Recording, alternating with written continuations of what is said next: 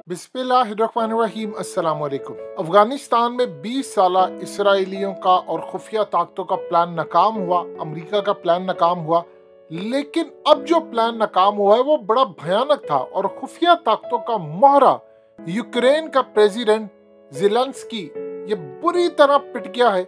और बहुत सारे लोगों को इस बात का इदराक नहीं है कि असल में खुफिया ताकतें इनको लेकर क्यों आई थी और ये शख्स है कौन।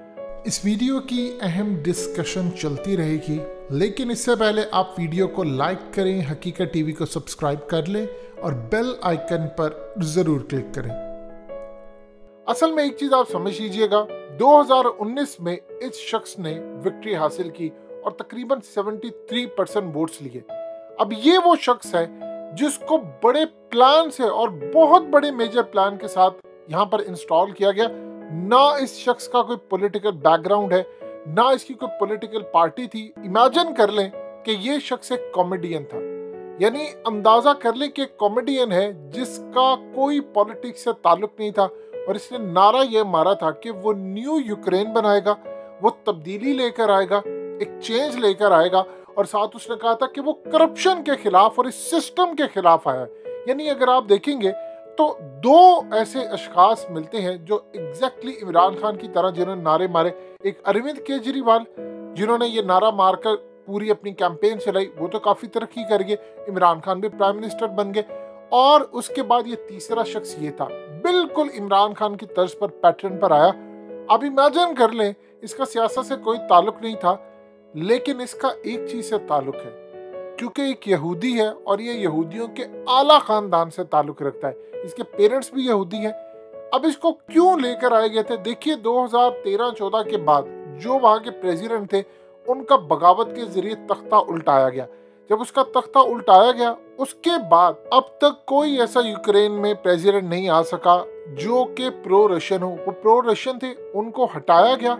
उसके बाद जो लेकर आए उसके बाद ये जनाब इलेक्शन जीते हैं। आप इमेजिन कर लें, इस शख्स ने लॉ पढ़ा है, इसका दूर दूर तक सियासत से कोई ताल्लुक नहीं था, लेकिन प्लान ग्रैंड ये था दुनिया की बड़ी ताकतों का। असल में लड़ाई होने वाली थी इसराइल की और चाइना की और रशिया बीच में कूद पड़ा। प्लान ये है कि अमेरिका डी-सीट हो रहा है अफगानिस्तान की जंग के बाद, और अगला प्लान ये था कि रशिया के ऊपर चढ़ाई करनी है, यूरोप पूरे को आगे लगाना है। रशिया अगर बर्बाद होता है तो साउथ चाइना सी के अंदर चाइना को घेरने में बड़ी आसानी होगी इन्हीं ताकतों की, और पूरी तरह वो चाइना को बर्बाद कर सकते हैं।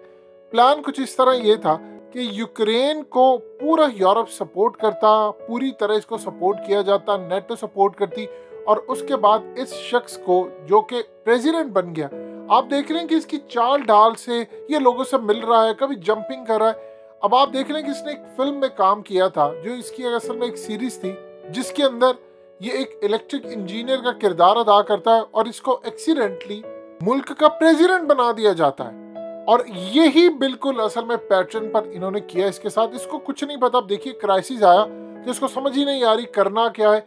असल में इसराइल का ग्रेट प्लान था और ये प्लान इसराइल और अमेरिका का इसी के साथ नाकाम हुआ है।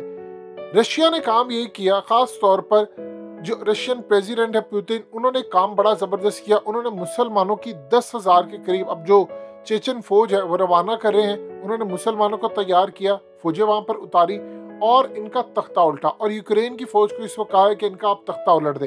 अब मामला ये है कि इन जनाब को समझ नहीं आ रही, इनको लेकर आया था इसराइल का पूरा जो दुनिया में कंट्रोल करने वाला इदारा है, ये उनको लेकर आए थे। प्लान ये था कि नेटो, इसराइल और ये तमाम लोग चढ़ाई करेंगे रशिया के ऊपर, यूक्रेन को नेटो में शामिल करेंगे, नेटो में शामिल करने के बाद पूरी तरह रशिया पर चढ़ाई करेंगे।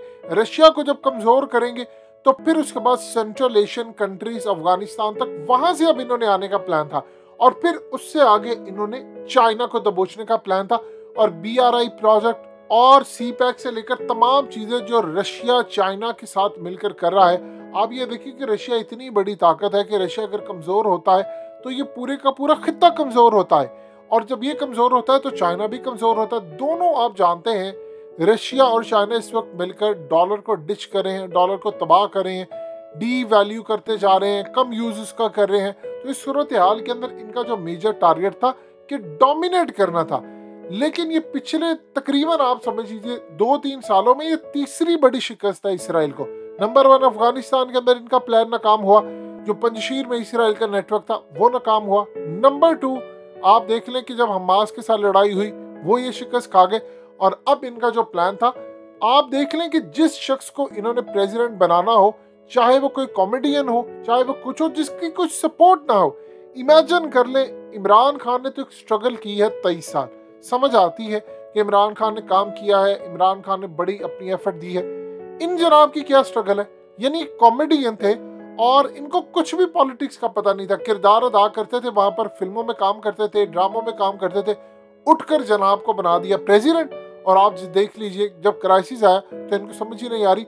अब वो कह रहे हैं कि अमेरिका ने साथ नहीं दिया, अब वो कह रहे हैं कि मैंने 27 ममालिक को, उनके सरबराहों को फोन किया, कोई मेरा फोन नहीं उठा रहा, कोई बातचीत नहीं करा, और इस वक्त पुतिन ने यूक्रेन की फौज को कहा कि इनका तख्ता उल्टे हमारे हैं। पूरी उम्मत मुस्लिमा को सपोर्ट करना चाहिए, रशिया को। देखिए जंग की तमन्ना नहीं करनी चाहिए, लेकिन जो ये प्लान लेकर बैठे हुए थे, इन्होंने बड़ा ग्रेट प्लान बनाया था। वो तो अलग बात ये है कि रशिया ने आगे जो चाल चल दी, उन्होंने कहा एक तो हमने किसी भी सूरत इनको छोड़ना नहीं है, यानी जो हमने खास तौर पर अपना हथियार गैस का रखा हुआ है वो हमने नहीं छोड़ना, हमने इनको बर्बाद करना है, यानी पूरा यूरोप गैस का मोहताज हो जाए। उसके बाद अमेरिका को पूरी तरह डिच करना है, यानी अमेरिका के सिस्टम से लेकर उनकी स्टॉक मार्केट से लेकर सारी चीजें इस वक्त रशिया के निशाने पर है। जब इन्होंने ये सूरत हाल देखी तो इन्होंने हाथ पीछे कर लिए। इसराइल की इतनी बड़ी शिकस्त हुई, आप इमेजिन कर ले कि इसराइल ने प्लान ये किया था कि अगर रशिया कमजोर होता है तो फिर वो शाम की साइड पर यानी बशार अल असद के साथ मिलकर हम पर हमला नहीं कर सकता। अब फ्यूचर के अंदर जो इस वक्त इसराइल देख रहा है कि लास्ट ईयर जो सूरत हाल खराब हुई थी, अब हमने इसको चेंज करना है, यानी किसी सूरत जो स्टेटस को इस वक्त चल रहा है उसको तब्दील तुम लोगों ने नहीं करना।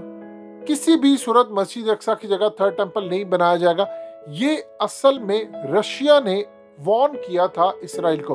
अब इनको पता है कि अगर हम रशिया को कमजोर करते हैं तो चाइना होता है, रशिया यहाँ पर नहीं आ सकेगा।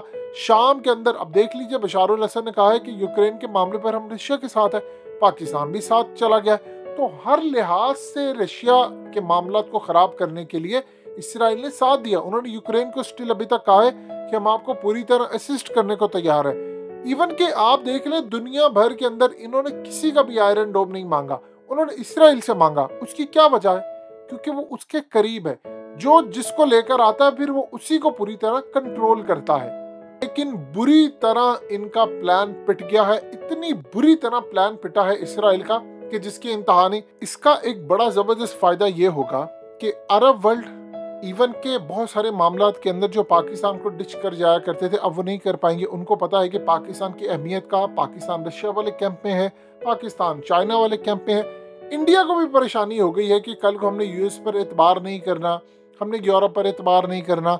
लिहाजा इस सूरत हाल में पाकिस्तान के लिए बड़ी फेवर वाली चीज़ें हो गई हैं, और इसराइल का जो प्लान था इसके ज़रिए पूरे खत्ते को डिस्टेबलाइज करना, रशिया को कमज़ोर करना, सेंट्रल एशियन कंट्रीज़ को अपने साथ मिलाना, और बाद में जो आगे आप जानते हैं यूरेशियन लिंक जो बन रहा है पाकिस्तान के थ्रू, फिर उसको इन्होंने कमज़ोर करना, गवादर तक आ रहा है रशिया, फिर उसके बाद चाइना आ रहा है। तो पूरा खेल इनका असल में जिस कैंप में थे वो बुरी तरह बर्बाद हुआ है।